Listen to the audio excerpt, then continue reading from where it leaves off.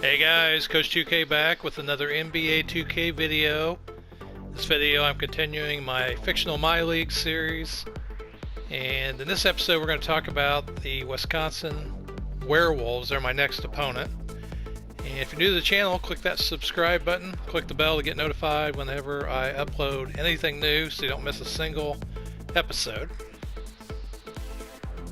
My initial thought was that what I would do is talk about all the teams and then start playing, but I think what I'm going to do instead is right before I play each opponent, I'll do a little preview of that team that I'm going to play, and then I'll eventually get to all the teams and cover them. So we're not going to cover them all at the beginning of the year, just kind of as we go along here.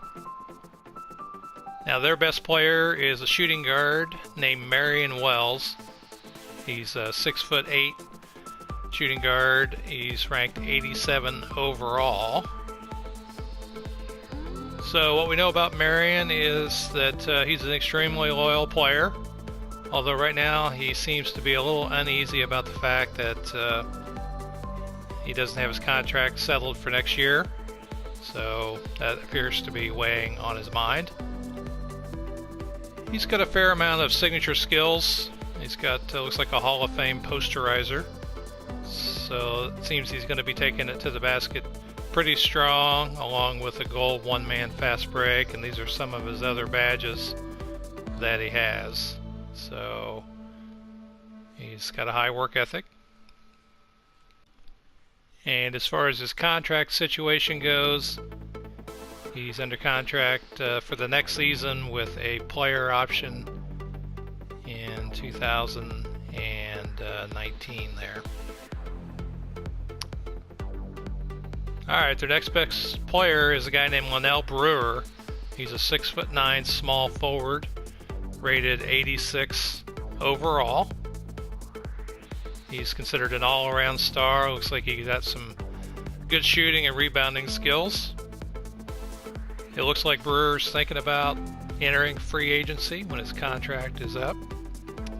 Otherwise, he looks like he's a loyal teammate, although his financial security is pretty important to him. He's got the same number of badges that Marion Wells had, but not as powerful. He's got a lot of good shooting and scoring badges, and he's got a good work ethic, very expressive personality. As far as his contract goes, he's signed for a few seasons here, over $20-some million. He does have a player option in that last year. If you recall from that last video, I'm trying to solve that problem with these player options. I've been able to solve it on a few of them, but not with Brewer. Alright, their next player that's rated in the 80s is a guy named Sam Baxter. He's a 6'2" point guard, rated 83 overall, and he's a lockdown defender. Sam's also looking towards entering free agency this offseason, but he is not very loyal, so it looks like he's very important, very interested in what kind of contract he can get, playing for the money. As I mentioned, he's a lockdown defender, and he's got a Hall of Fame defensive stopper badge, which should make him pretty tough when we got to face him here shortly, along with some other badges here. I'll kind of go through all of them. So it looks like he's pretty fast too, and obviously he's a very good defender. We're going to have to be worried about that. So as he mentioned, he's looking forward to entering free agency. Right now he's earning $5.6 million, and his contract expires this season, so he's obviously that's why that's important to him. And their next top rated player is power forward Wilt Jones Jr. He is an 82 rated player overall. He's a rebounding specialist, and evidently his top three skills are dunks, his vertical, and stamina. It looks like Jones is very happy here in Wisconsin, and he is going to want to sign back with the Werewolves in the upcoming season. He's also got a significant number of badges, 11, matching some of his teammates, and his #1 badge, Hall of Fame badge, is Posterizer, which I think is the second one, so we might see some above the rim action when we play these guys in our next game. And what was indicated on his player card about what he's thinking about the upcoming season, you can see he's got an expiring contract here that ends at the end of this year, so looks like he wants to stay here. Looks like he's pretty happy, and that's probably what might end up happening. Alright, so we can see right away here that the Werewolves are going to be a pretty tough team. I mean, they got 4 guys over 80, so that's going to be a challenge here. As far as the rest of their guys go, they got Ron Barnett, a tenacious rebounder. He's a 6'11 center, 77 rated overall. Anton Neely, a crafty playmaker at point guard, rated 76 overall. De'Aaron Gamble, he's another lockdown defender, so that's 2 on the team, and he's a 6'6 shooting guard. McCoy Griffin, offensive-minded center, 7-foot center, 70 rated overall. Troy Booker is a perimeter threat, and he's at shooting guard, rated 69 overall. And then that power forward, we got another interior defender, which means that's 3 spots where they can play good defense, so they're probably going to be pretty tough to score on. But Fuquan Mann is at power forward.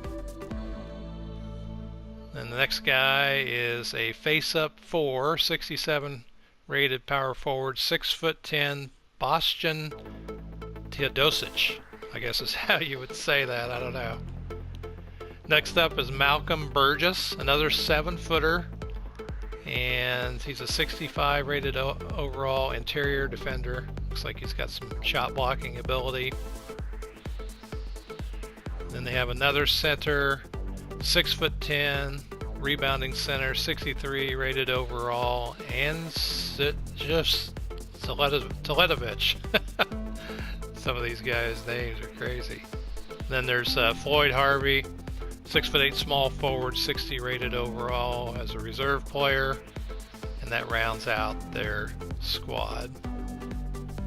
Looking at them at each position, it looks like Baxter will probably start at point guard. He doesn't look like he's a 3-point threat, but looks like he's going to play some pretty good D.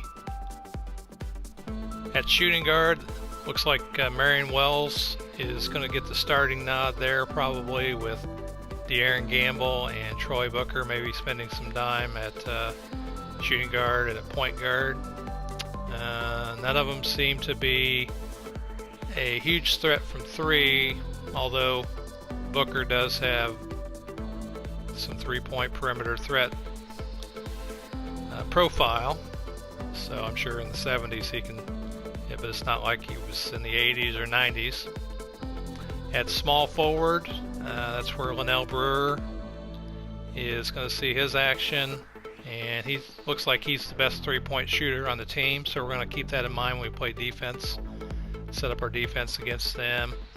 And Floyd Harvey will probably be backing him up, so it looks like if he's at small forward, we might have a chance to score on Floyd. Wilt Jones Jr.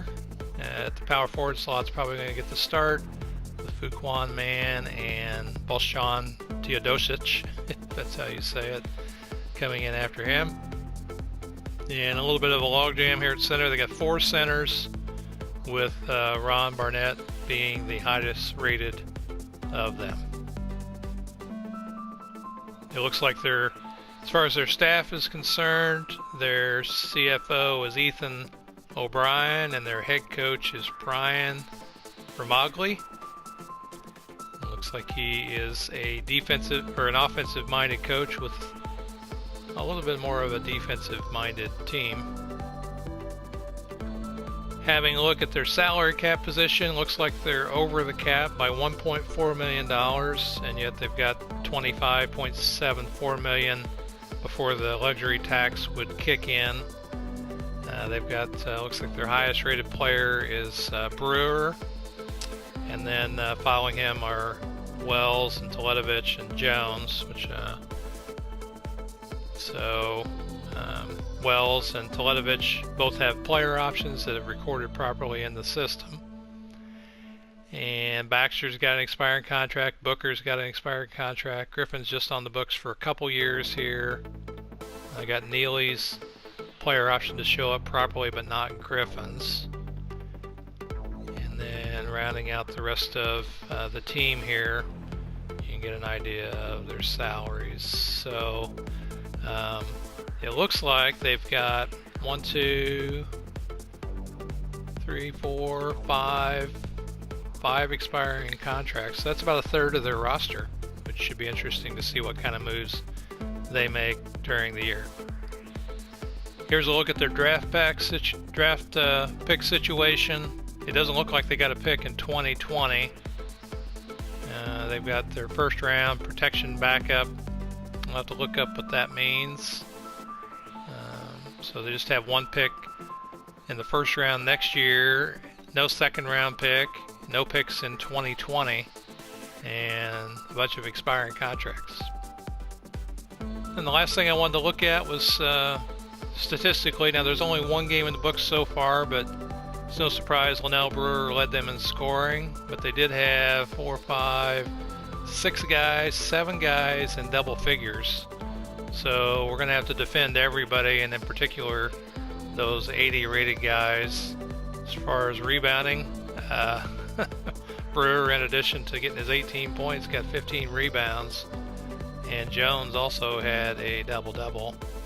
So from a three-point perspective, it looks like that Brewer was their main three-point threat, going 2 for 5, although they did have a few other guys hit some threes here.